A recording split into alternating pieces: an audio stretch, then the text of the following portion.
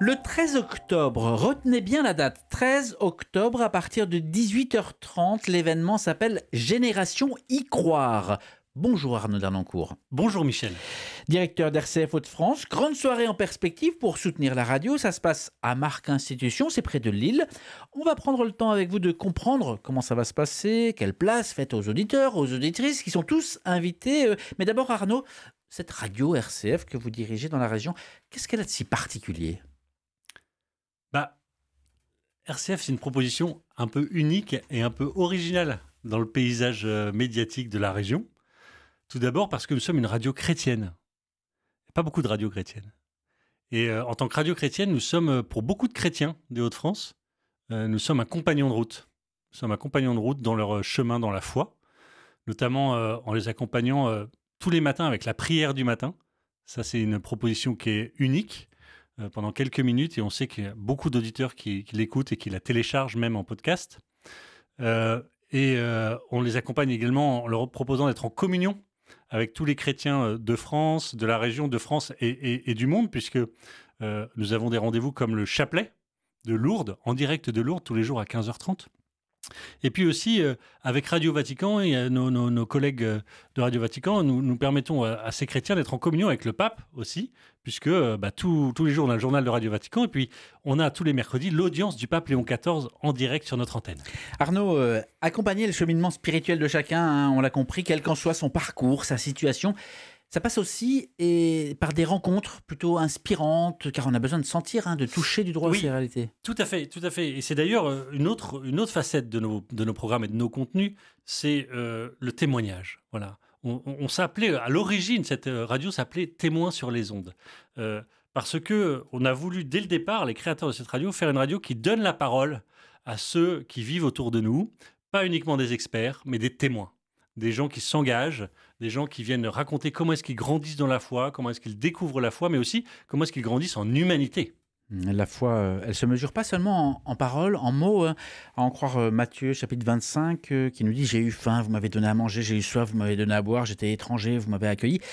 Quelle place on fait sur RCF justement pour ces petits, pour ces sans-voix, pour ceux qu'on n'entend pas ailleurs ? Ça, c'est dans l'ADN de notre radio. Parce qu'être une radio chrétienne, ce n'est pas uniquement parler de la Bible, de Jésus et de l'Église, c'est aussi parler de tous ceux qui vivent la charité, qui vivent la solidarité, qui vivent l'amour du prochain, tous ceux qui s'engagent pour une société plus juste et plus belle. Et là, on a régulièrement à l'antenne, que ce soit dans nos reportages immersion ou alors dans des séries de podcasts. On en a créé une qui s'appelait Tous Frères, qui était une série de podcasts magnifiques où on allait à la rencontre de tous ceux qui prennent soin des uns et des autres dans les Hauts-de-France. Donc vous voyez, on a cet ADN, c'est faire connaître l'Église, faire connaître le Christ et mettre en valeur et en lumière tous ceux qui s'engagent pour une société plus juste. On a compris la spécificité, l'esprit d'RCF. Ça, c'est un peu unique, cher Michel, quand même. Effectivement. Il n'y a pas beaucoup de radios et pas beaucoup de médias qui font ça. Il n'y a pas beaucoup de médias qui font ça, c'est un choix assumé. Mais alors revenons-en à cette soirée du 13 octobre, 18h30, Marc en Barœul. Oui. Que va-t-il se passer ? Alors, cette soirée s'appelle Génération Y Croire. Génération Y Croire avec un Y. Avec un Y, tout à fait. L'objectif de cette soirée, c'est de rassembler au maximum tous ceux qui nous veulent du bien et tous ceux qui nous soutiennent, tous ceux pour qui RCF est important ici dans les Hauts-de-France. Et donc, on se rassemble autour d'un événement qu'on a appelé Génération Y Croire et qui va être une soirée de générosité.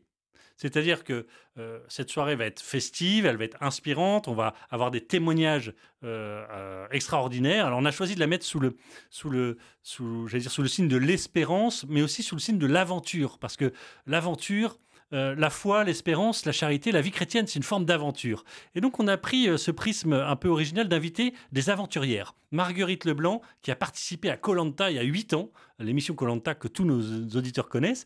Et elle va venir nous raconter comment elle l'a vécu de l'intérieur. Elle va nous raconter des coulisses. Elle va nous raconter qu'est-ce qui était beau, qu'est-ce qui était dur, etc. Et elle va aussi nous témoigner de sa foi, comment est-ce que sa foi a grandi. Et puis l'autre, c'est Claire Flippot, une aventurière qui a participé à Pékin Express, autre grande aventure télévisée. Et elle a gagné avec son père Pékin Express. Et elle va nous raconter aussi comment elle s'est dépassée, comment est-ce qu'elle a vécu cette aventure, les coulisses, les détails. Ça va être passionnant. Et puis après, on va participer à une levée de dons. Une levée de dons, c'est un peu comme la nuit du bien commun, la nuit de la mission, un peu comme la philanthropie ailleurs dans le monde anglo-saxon. En France, ça commence à se développer. Eh bien, on présente des projets et on demande à tous les participants de les soutenir financièrement. Et donc, c'est très joyeux, c'est très festif. Ça se passe avec des pancartes. C'est accessible à tout le monde, pas uniquement à des gens très fortunés, puisqu'il y a différents paliers de dons. Et puis, on va participer à cette soirée de dons pendant 1 heure. On va participer à financer l'avenir de la radio. Et une particularité aussi, c'est que 10 villes en France, Paris et 9 villes seront en même temps. Exactement, c'est tout le réseau RCF qui est mobilisé pour Génération Y Croire le 13 octobre au soir. À Paris, il y aura plus de 300 personnes dans la salle avec Mehdi Djihadi, un comédien, et puis toutes On le les verra voix. le soir du... On le verra, on sera en duplex vidéo avec Paris. Et puis, dans 9 autres villes de France, il y aura des Générations Y Croire. Il y aura tous ceux qui se lèvent pour soutenir et faire vivre cette radio parce que en fait, c'est super. On fait de la radio, on propose des superbes contenus, des super podcasts, des super émissions inspirantes. Mais tout ça, ça a un coût. Et donc, on est obligé, comme on est une association, de trouver tous les jours, tous les ans, des nouveaux moyens pour financer cette radio. Donc, ouvert à tous, mais il faut s'inscrire. Et comment on s'inscrit ? C'est très simple. On va sur Internet, on tape générationycroire.com, tout attaché. On arrive sur le site qui présente l'événement. Vous choisissez billetterie, vous vous inscrivez, c'est gratuit bien sûr, et vous choisissez de venir à Lille, vous avez le choix soit en province, soit à Paris, vous choisissez en province, et là vous recevez votre ticket par email. Arnaud Dernancourt, directeur d'RCF Hauts-de-France. Je compte sur vous qui nous écoutez, parlez-en autour de vous, venez avec des amis, Génération Y Croire, ça va être super. Et en termes d'organisation, de préparation, c'est votre première, parce qu'il y en a c'est déjà la première édition. Comment à Lille, vous le vivez, vous, en tant que directeur ? C'est beaucoup de travail. Heureusement, on est nombreux sur le coup. On travaille avec Élodie, Philippe, Sybille, etc. Et on se bouge pour faire vivre cette radio parce qu'on y croit et parce qu'on l'aime. Merci d'avoir pris le temps de venir répondre à quelques questions. Merci à vous.